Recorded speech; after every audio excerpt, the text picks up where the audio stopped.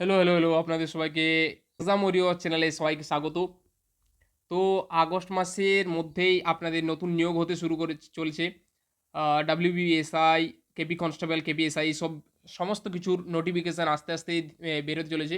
যদিও এখানে লিস্টে আপনারা দেখতে পাচ্ছেন ঠিক মতো করে কোনো ডেট বেরোয়নি। বাট আমি যতদূর সোর্স থেকে খবর পেয়েছি কি আ এই আগস্ট মাসের মধ্যেই আপনাদের সমস্ত রকম ভ্যাকেন্সি বেরোবে।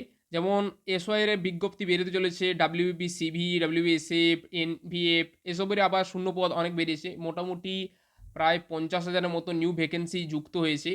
তো এখন নতুন সরকার গঠনের পর যে বলা হয়েছিল কি যে চাকরি দেবে বা সামথিং বয়সের একটা রিল্যাক্সেশন পেতে পারো, সেরকমও সম্ভবত কিছু কিছু বলা হয়েছে। সেখান জায়গায় আমরা পরবর্তীকালে বলবো, যতক্ষণ না পর্যন্ত ঠিক মতো নোটিফিকেশান বা সমস্ত কিছু আসছে ততক্ষণ পর্যন্ত বলা সম্ভব নয়।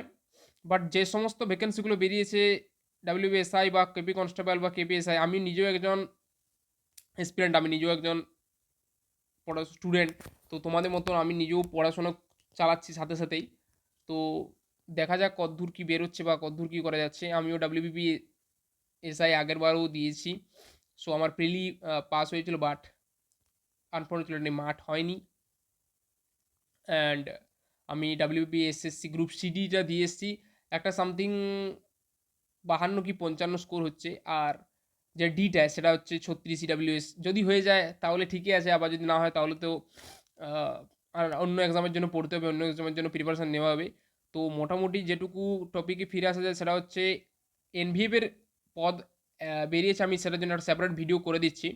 এবং ডাব্লিউপিএসআই বা কনস্টেবলের যখনই একদম পিওর নোটিফিকেশানটা বেরিয়ে যাবে আগস্ট মাসের আগেই বলছে তো, সো তখন আপনাদের জন্য এবার ভালো করে পুরো জিনিসটাকে ডিসকাস করে দেওয়া হবে। ঠিক আছে? ততক্ষণ পর্যন্ত আরও নতুন নতুন এক্সামের নোটিফিকেশান বা ভিডিও দেখতে হলে, জানতে হলে আমার চ্যানেলটাকে সাবস্ক্রাইব করে দেন। ধন্যবাদ। কিছু কোয়ারি থাকলে কমেন্টে জানান, আমি রিজলভ করার চেষ্টা করব। ধন্যবাদ।